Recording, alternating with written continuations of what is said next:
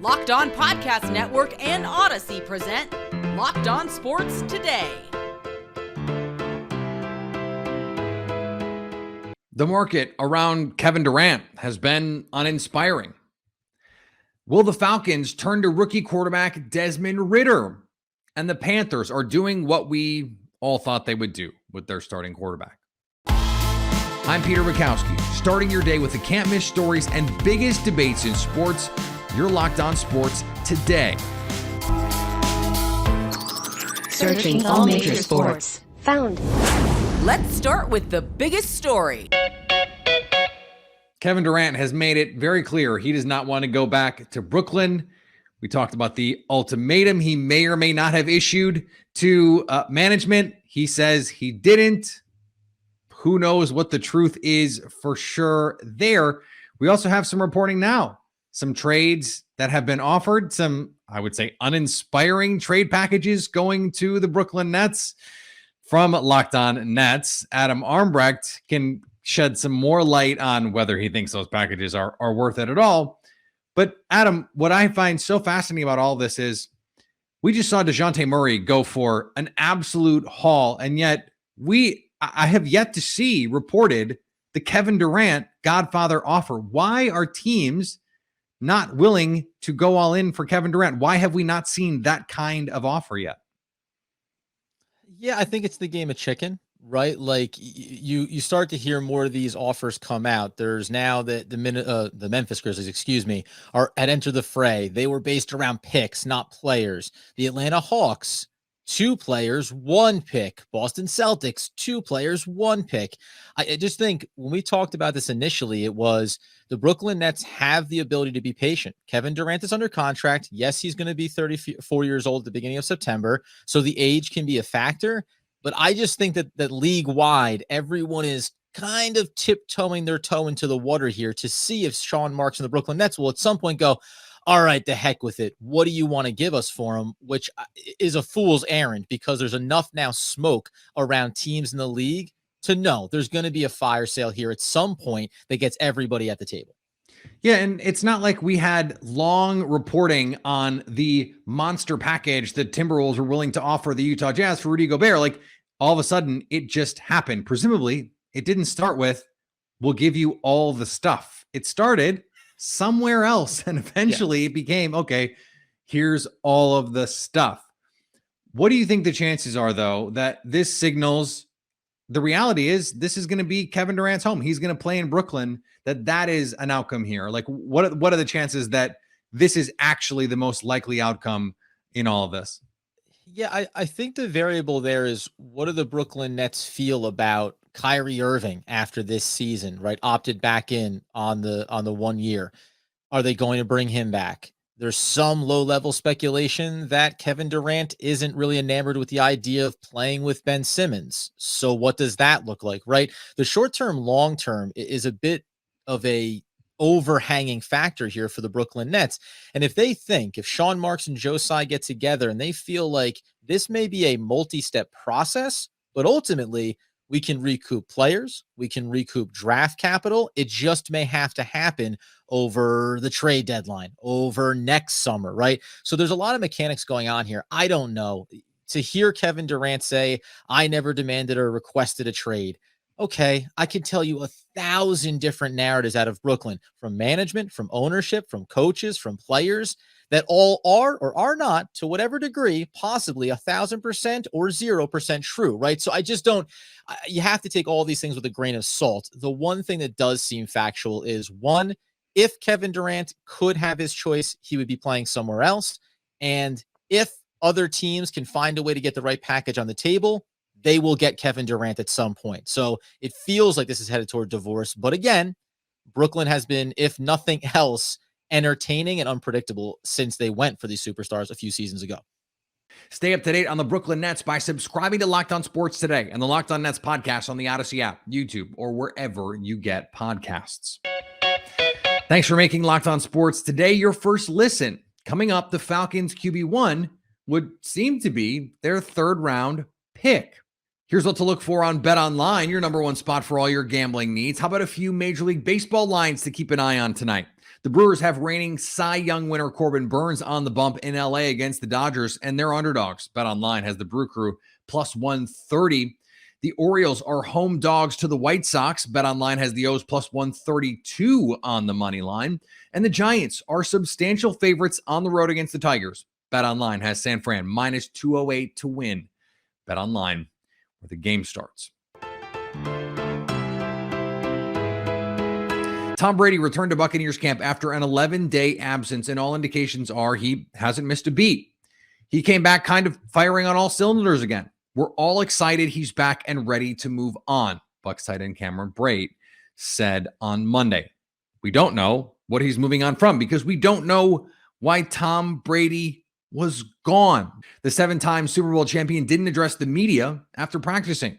Tampa Bay head coach Todd Bowles said the 45-year-old quarterback was sharp throwing the ball and essentially picked up where he left off when he left the team on August 11th. Again, for reasons we don't understand or know.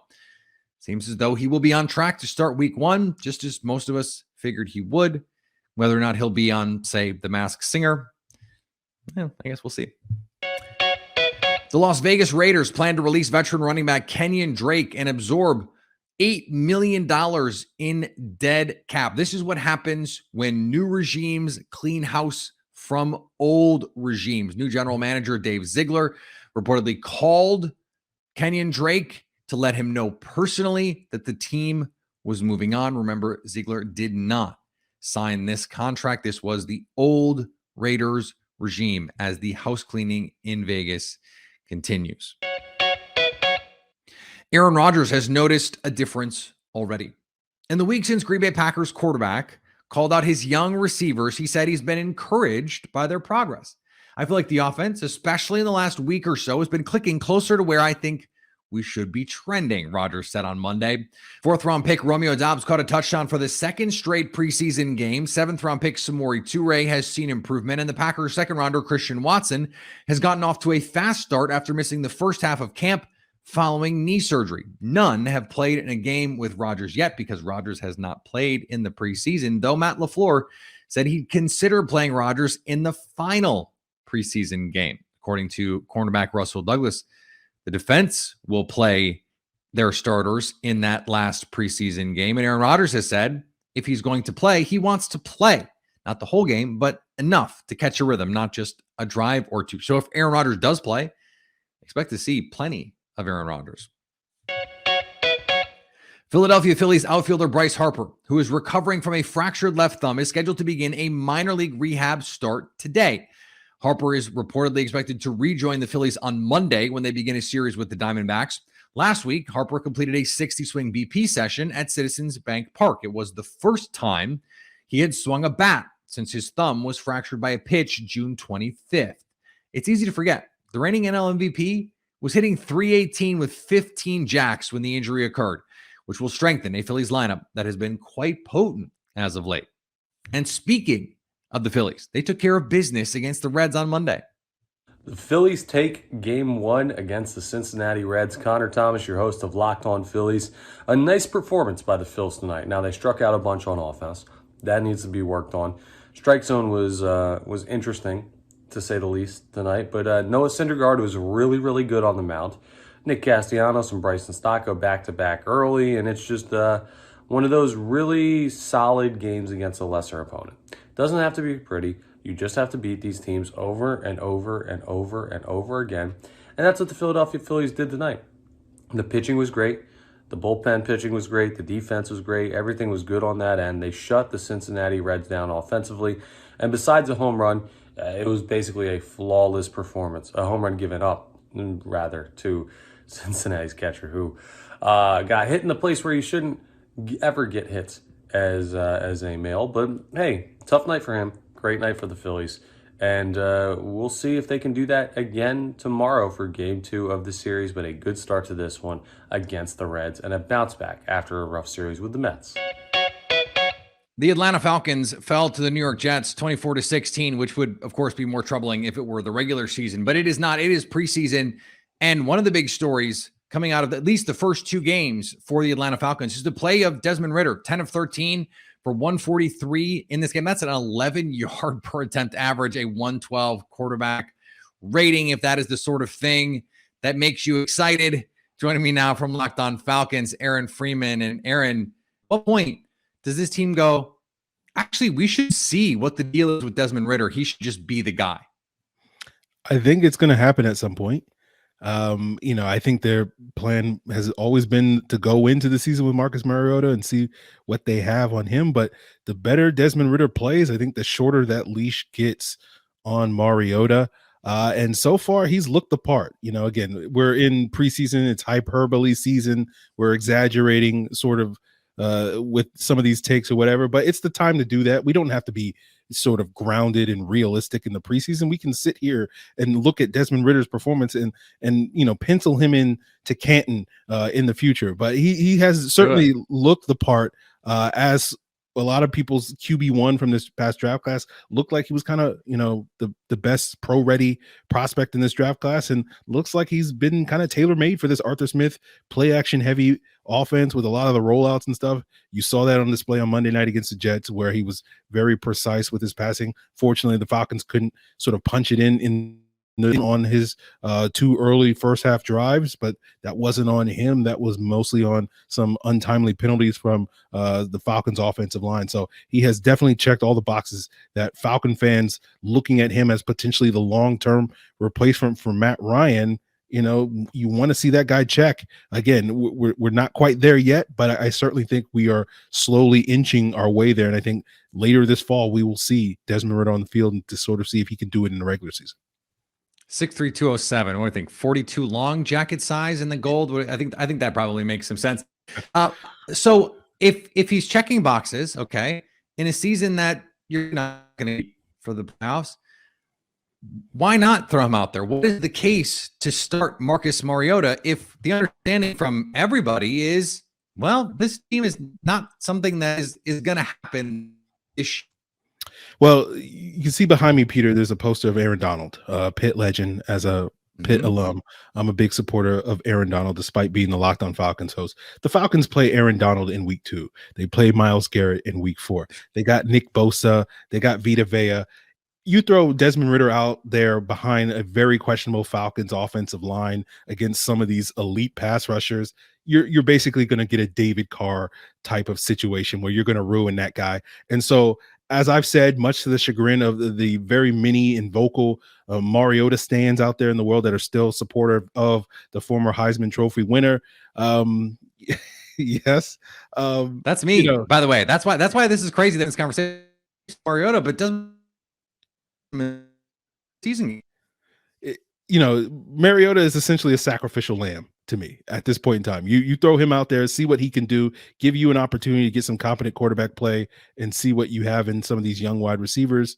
And, then save Desmond Ridder for at least the relatively softer part of the Falcons schedule a little bit later in the second half of the season and give him an opportunity to succeed so that if the Falcons do wind up having that high draft pick, like so many people, myself included, expect them to have next year, you have, you've made the best case you could for potentially passing on a quarterback at the top of next year's draft and taking, one of these prolific pass rushers.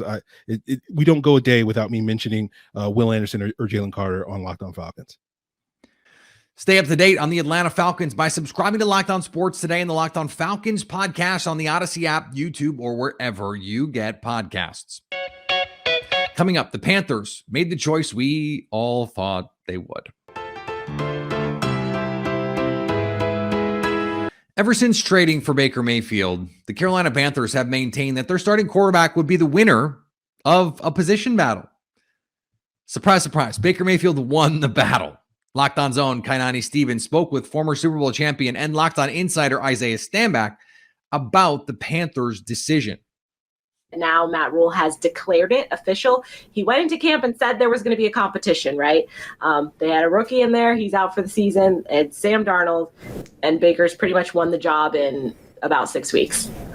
That's the craziest part about this. Obviously, Baker Mayfield leaves the Cleveland Browns. He, in so many words, demands a trade because of the Deshaun Watson situation. Finally gets his wish, gets out of there. All they had to do was give up a conditional round pick and cover $10.5 million of his $15 million contract. So it leaves the Browns with a $10.5 million deal that they have to take care of financially. But the Carolina Panthers get Baker Mayfield for $4.85 million, which is an easy deal for them. But then you factor in the aspect that they went ahead and gave Sam Darnold the 5th-year option, which totally guaranteed his $18.8 million. So by making this decision, the Carolina Panthers now have a $4.85 million starter and an $18.8 million second stringer or backup quarterback. It's a very crazy situation, but this lets you know exactly how much of a gap there was in this so-called quarterback competition.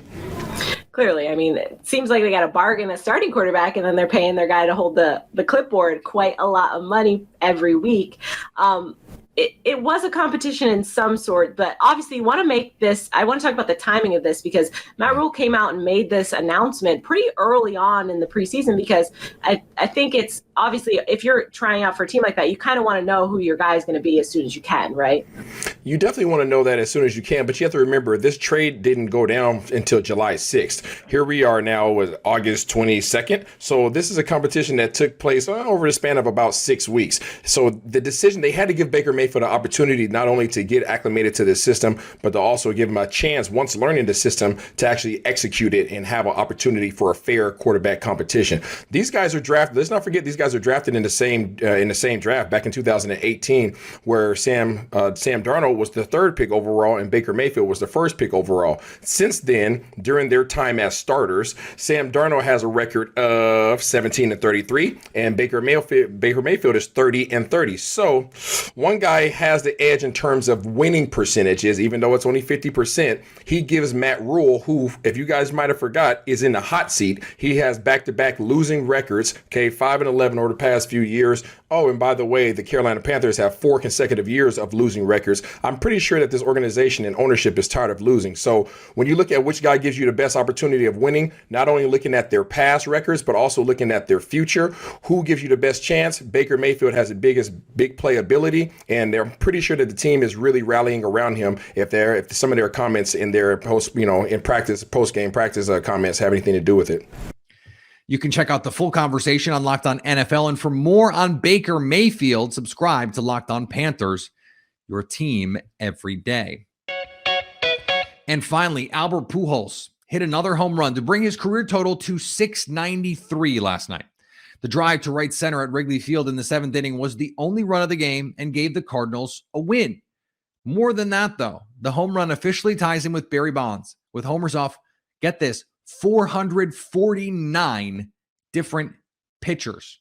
Oh, and Pujols is slugging 1,300 over his last 10 games. That's the highest slugging percentage he has ever had in any 10-game stretch of his career. It's amazing what a career he's had, and he is still turning back the clock at 42. Thanks for making Locked On Sports today your first listen. Now go find your favorite team's Locked On podcast and make them your second listen. Coming up tomorrow, which rookie will impress the most this NFL season? So at least until tomorrow, stay Locked On Sports today.